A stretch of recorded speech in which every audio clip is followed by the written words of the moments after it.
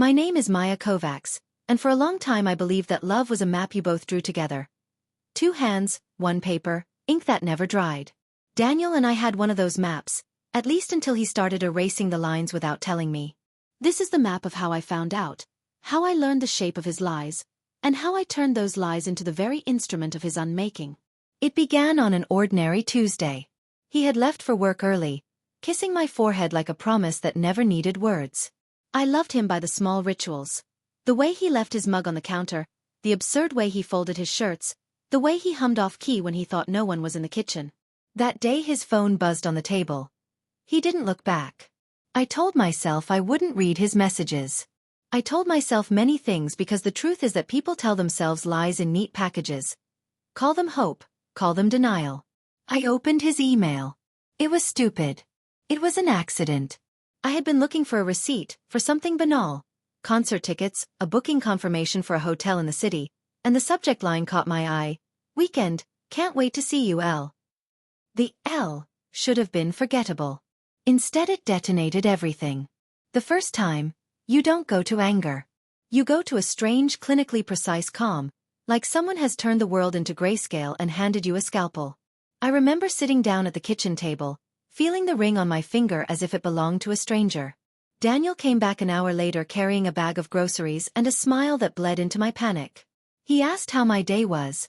I said it was fine. It wasn't fine. This is the part you cannot prepare for. The practiced normalcy he offered while inside me a thunderstorm arranged itself into patterns. I followed him to the shower while pretending to be distracted by a text from my mother. The hesitation was a small avalanche. He told me he needed to go out that night for drinks with colleagues. I let him go. He kissed me and the kiss tasted of olives and some cheap cologne I didn't know he owned. I let him go. That evening, I called the number on the email signature, L. Laura Harris. A corporate voicemail picked up. My hand didn't tremble. I didn't call to speak. I used the line to confirm a truth I already knew. Sometimes, confirmation is a tool. Sometimes, it is a permission. For the next 2 weeks, I watched him. Not like a lover watches a lover, those panoramic, affectionate glances, but like someone whose life had become a laboratory experiment. I tracked his routes, memorized his meetings, learned the cadence of his lies. He told me work trips, client dinners, late nights at the office. I learned the names of hotels he never booked and restaurants he never visited. I drove past the addresses he cited and watched the lights in rooms where he had never been. People assume that revenge starts with a violent act or a dramatic confrontation. The movies lie. Revenge, the one that satisfies the marrow, is patient. It is a slow construction, like building a clock you plan to dismantle in front of its owner. It takes precision, and more than anything, it requires understanding the person you want to break. Daniel's vulnerabilities were obvious. Ego, status, the soft, secret belief that he was exceptional and thus invisible. He prized his job, his professional reputation, and the illusion of control. He had worked hard to be admired. He was allergic to humiliation. If you wanted to wound him irreparably, the place to strike was where he felt invulnerable. I began to assemble my plan with the same clinical cool I had reserved for the moment I read his email. Step 1. Prove the infidelity beyond his skill to deny. Step 2. Plant seeds that would force him to choose between exposure and self-destruction. Step 3. Deliver him into a world where the only currency was truth. And throughout, I would remain unseen in his life, a ghost who knew every secret and withheld it like a weapon. I learned to move in the world of his life without living in it. I sat in cafes with my laptop and drafted emails and messages I didn't intend to send. I created a private folder in the cloud and filled it with evidence. Screenshots, timestamps, scans of hotel receipts I had found by calling and pretending to be an accounts person. I made sure every piece of proof had depth. Metadata, timestamps, geolocation. Any accusation without proof is just noise. I wanted music. I catalogued the way he spoke about Laura, always with a slight indulgent smile in my memory. Laura was younger, sparkly, someone who liked to post pictures of artisan lattes and sunsets. She was harmless in the way people who last for a season are harmless. But she mattered because she was the signifier of his betrayal. He told me once that he wouldn't hurt me. He lied. It was when I started to understand Daniel's network that the real architecture of my plan took shape. He was a partner at his firm, well-liked by the board, a man who had given speeches about integrity and the future of the company. He loved to be admired by other men and envied by his peers. If I wanted to ruin him, I needed to do it publicly and professionally. Make his private failings reverberate through the halls he cared about. I started with small manipulations. I sent anonymous notes to colleagues. Subtle, plausible rumors about late nights in questionable company. I didn't say Laura's name. I alluded. I saw Daniel this weekend with someone at the Carlton. Not sure who she was. Thought you'd like to know. The gossip curled like smoke through the firm. Men whispered. Women tilted their heads. Daniel grew defensive. Brittle. He asked me about the rumors. I feigned ignorance, wounded by his defensiveness. He came home more often now, eyes darting, phone clutched like contraband. He began to apologize without specificity. He tried to placate me with small gestures, a bouquet of flowers, a bottle of wine he couldn't have afforded on his partner's salary. I accepted none of it. Anger is only useful in the beginning. After that, you must conserve your energy for execution. Next, I went to Laura. Not to threaten, but to learn. She was younger and reckless, a woman with more impulse than foresight. She did not know what she had become in my mind. An instrument, a mirror, the proof that would swing open the doors. Over coffee, she confessed everything with a frankness that made me dizzy. He told me you were difficult, she said, as if that was the worst sin. He told me you were tired, that you moved too slow. She laughed when she said, too slow, and I realized how intimately male ego judges women, as failing for being anything less than perfect. You don't have to, she began, then stopped. Her voice lacked conviction. She was in an affair, yes, but she was also someone who thought she deserved more than the scraps of a married man. She believed Daniel would leave me. I didn't tell her I wanted him to leave. I wanted something larger. I wanted the world he lived in to see him for what he was. With Laura, with a few more brittle threads, I built a narrative that I could release at a precise moment. But timing was everything. If you reveal too early, the culprit hides. If you reveal too late, he buries the evidence. I needed a time when he was most visible. The annual gala, when he was scheduled to speak before clients and partners, when his smile would be on stage and his reputation would be the currency of the room. In the weeks before the gala, I accelerated my preparations. I made calls to journalists under the guise of concern. I leaned on a friend from university who worked in PR and understood, in a way that men like Daniel never did, that reputation is controlled by narratives. I fed her facts and let her shape them into questions. I bought a cheap burner phone and used it to send messages that would look like leaks. Just enough to create a breadcrumb trail but not enough to reveal my hand. At home, Daniel grew suspicious.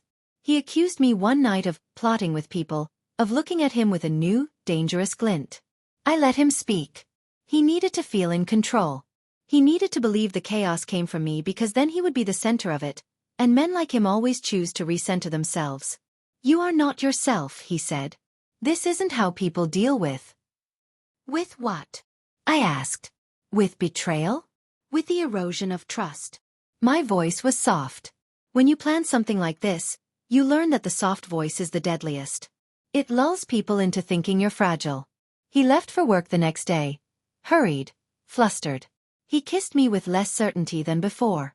I watched him go and felt, for the first time in months, something that resembled peace. I told myself the plan was cruel, that I was cruel, and I did not deny it. Cruelty sometimes does justice. The night of the gala, Daniel was resplendent.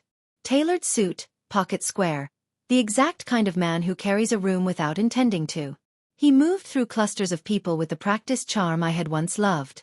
I had a ticket, anonymous, purchased weeks before, and I made sure I sat 3 rows back, a careful distance between me and the stage. The program named him as a speaker.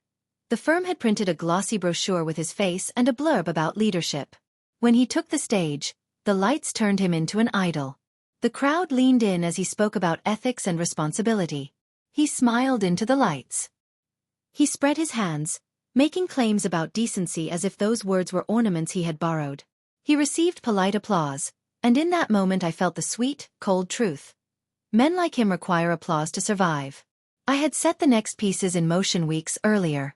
A whistleblower, who worked in Daniel's finance department and who had been quietly disgruntled with him, had given me an internal memo that proved he had falsified expense reports to cover nights away.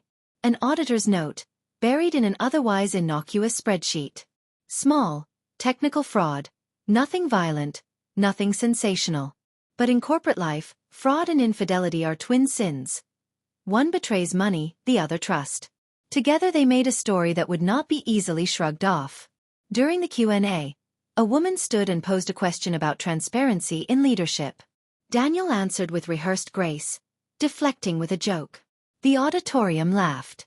Then from the back, a man, my PR friend, raised his hand and said, "Given recent reports, how do you reconcile your firm's ethical stance with the evidence that some partners have been manipulating expenses for personal gain?" The room quieted. I watched Daniel's face morph. For a second, the veneer slipped and a flicker of panic exposed itself. He searched the crowd, probably for an ally, someone to hand him a script. He found none. He smiled then, the way actors smile at a critique because their training tells them it is time to perform. "No comments on internal audits," he replied, his voice steady. The moderator moved the conversation along. The audience applauded for the next speaker, but the seed had been planted. After the show, I saw the press hounds drift like sharks. My journalist friend, a woman with a pen between her fingers like a weapon, had prepped a few questions. Someone had leaked the auditor's memo to her that afternoon. She asked about reconciliation again, and Daniel deflected again, this time with a brittle laugh. A camera light flashed. I saw his jaw clench.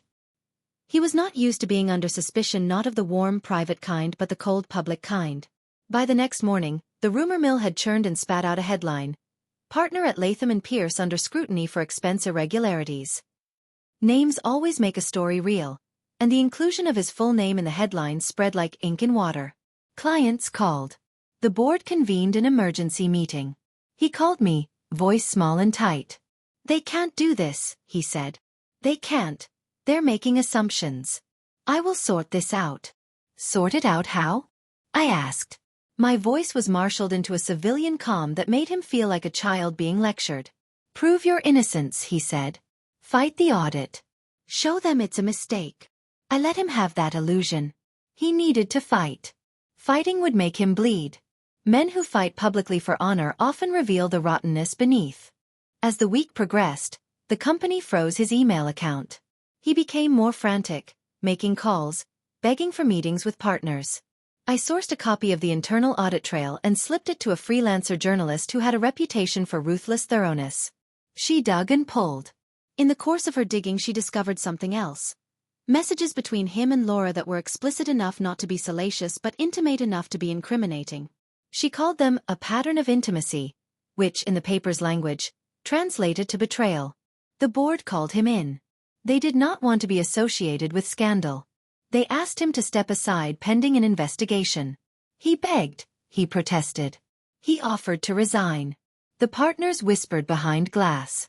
Reputation, they realized, was a liability. He was forced at last to relinquish the stage he'd loved. I watched all of this through feeds, through articles, through the brittle updates on his social profile. He posted nothing. He tried to call me and left messages that grew angrier and then weary. He asked me to stand by him. He asked me to tell the board that the accusations were unfounded. I said nothing. I could have taken the easy path, exposed the affair outright, posted the emails, humiliated him on social media. I didn't. That kind of public shaming is a child's revenge. It feels good for a night and leaves you raw the next morning. What I wanted was durable ruin, a dismantling of the architecture of his life so that the scaffold would not support him again. But I am not some angel of retribution. I am a woman who was hurt and learned how to build a story that would be believed. The audits, the whistleblower memo, the journalist's timing. These were the scaffolds upon which his collapse rested. He had been the one to lay the first stones. Daniel did not go quietly. He hired a lawyer, insisted on a formal review, demanded apologies. There were meetings in glass towers where partners kept their eyes on the polished wood and spoke about market perception and the optics. Eventually, they suspended him. The language of corporate governance is bureaucratic and devastating. Interim leave, they called it, as if a man built a career out of breath could simply be suspended into oblivion. He came home once during that period, suitcase dragging, eyes hollow as if the life he'd always relied on had been stripped from him. I remember him standing in the doorway of our apartment, the familiar frame suddenly foreign. "You did this," he said, as if it were an accusation that could harm me if he believed it. "I did not," I told him. "Truth and falsehood are elastic." "But you did this to yourself." He stared at me with the kind of confusion that thrives when the ground shifts. He had expected me to play a role. The angry wife, the pleading partner, the one who'd keep secrets and provide alibis. He had not expected the woman who catalogued receipts and asked subtle questions and built a dossier. He tried to bargain with me. He offered money, apologies, promises to leave his job, promises to leave Laura. He begged me to take him back as if a man's pleading could stitch up the wounds he'd torn open. I listened and pretended to consider it. In my head, his apologies were empty capsules, there to preserve the man's image and not the woman's heart. I refused. There were nights when I lay awake and imagined different endings. Part of me wanted to watch him burn publicly. Humiliation in the marketplace, the humiliating viral post, the cafe where clients would whisper and point. Another, quiet apart, wanted to see him dismantled so thoroughly that he could never stand at a podium again and make pronouncements about integrity. That was the ending I chose. Private ruin and professional exile. Months passed. The investigation concluded with a settlement that included his resignation. He left the firm, not with a flourish, but with the soft dying hum of someone who had been important and then made small. The friends who had once admired him no longer called. He retreated to the smaller apartment his severance afforded and existed inside a narrower social field. The woman he had chosen, Laura, drifted away when she realized there was no future beyond a wounded man. He came to me once after that, eyes red. A man who had learned an expensive lesson in humility. He asked how I could punish him like that. He wanted to know the mechanics of the fall. Men always seek mechanics. They crave blueprints they can fix. Revenge is for them a problem that demands a solution. I shrugged. "You cheated," I said. "You lied. You made me small. You chose someone else to hold your secrets. I wanted to see what would happen when everything you thought defined you was taken away." He looked at me as if he were seeing me for the first time. "You could have left," he said. "You could have just gone." "I almost did," I admitted. "But what would that have solved? You would have slept easier, thinking there was nothing to answer for. You would have carried on, perhaps better behaved for a season. I didn't want you better for my sake. I wanted you better because someone had forced you to face the truth." There is a cruelty in that sentence I don't entirely forgive myself for. But the truth sits heavy, and she is something like a book you can't put down even when the letters hurt your eyes. I did not take his money. I did not crow. I moved out a month later, taking only essentials and the small plants I couldn't leave behind. The apartment felt larger when I left. Absence has a way of stretching space. In a small cardboard box I packed his letters, those banal loving things that once made me a believer, and burned them in my backyard at dawn. Fire is a cleansing ritual. Watching paper curl and blacken is a primitive, satisfying act. What did victory feel like? Liberation, mostly. It was not the vindictive glee I had allowed myself in private fantasies. It was quieter, a settling like a tide after a storm. People often imagine revenge as a blast of fireworks, but real revenge is the long, boring work of putting your life back together. It is paying rent on time and sleeping without nightmares and taking the long way home because you can. I started dating again, not with reckless abandon but with a careful curiosity. I learned to ask questions about how people spoke of others and how they treated the people who could not advance them. I cultivated new friends who noticed the small truths in the way a person ordered coffee or waited for a crosswalk to turn. The scandal receded from the world like a bruise. People forgot, as they always do. Daniel moved away to a smaller city where no one recognized his name. He got a job at a boutique consultancy, the sort that eats pride for lunch. Sometimes, I imagine him giving a talk to a handful of people about ethics and integrity. I hope he speaks differently now. I expect he does, in small ways, like a man who has had everything and will not risk it again. There is one last confession I will make because it is part of the map. A revenge that eats at you from the inside is a dangerous thing. I lost days to obsession, nights to cataloging. I learned that there is a cost to becoming the person who can carry out such meticulous plans. You trade some softness for armor, and the armor fits better than you think. Even now, when a man texts late at night asking where I am, part of me sits at the kitchen table with receipts and spreadsheets, measuring, calculating. It is a reflex I would rather not have, but it is mine. When I walk past the building where his old office used to be, I feel nothing and everything. There is no joy in another person's ruin, but there is a calm satisfaction in justice, when someone who has been arrogant finally must answer to the same laws that govern the rest of us. I am not vengeful by nature. I am just a woman who would not be erased quietly. If you ask me whether I would do it again, whether I would craft the same web of subtle exposures and timed leaks, I would hesitate. I would not recommend the road to anyone. But if you asked me whether I regretted what I did, my answer would be simple. No. Not because I enjoy the fall. I do not, but because I did not want him to be allowed the luxury of staying untouched. People sometimes ask me about forgiveness. I used to think it was a destination. You forgive, the ledger clears, and you move on. But perhaps forgiveness is just another map, another way of drawing lines on paper. For me, forgiveness came as a thin, private thing. Not an absolution offered to the man who hurt me, but a reclamation of my own life. I forgave myself for what I had to do to get here, not because my actions were unblemished, but because they were mine. The last time I saw Daniel was at a small art opening in a town neither of us had lived in. He stood in a corner, more faded than before, speaking to a woman about sculpture. He looked at me briefly, an echo of recognition, and smiled, a sad little smile. I wondered if he remembered the map we had once drawn together, the ink and the promises. I wondered if he felt the absence the way I had felt it, that clean, hollow ache. I kept walking. The city pulsed with other people's plans. I bought a new plant on impulse and let it sit on my windowsill. I made new maps. Maps with different lines, different hands. This is not a neat ending. Life rarely hands those out. But it is an ending that is mine. I paid for what I had to pay and took back what I could. If the moral of this story is anything, it is this. People will try to hide behind small gestures, behind rehearsed apologies and the soft glows of competence. If you want to unmask them, you must learn to read the ledger of their life. Truth has a way of revealing itself when you collect small facts and lay them in the light. And sometimes, when the light hits at just the right angle, the person you once loved becomes the person you no longer recognize, and you realize there is power in that realization. I do not celebrate his fall. I only record it, like a cartographer who draws coastlines after the storm has passed. The map is not pretty, but it is honest. And in the honesty there was a kind of victory.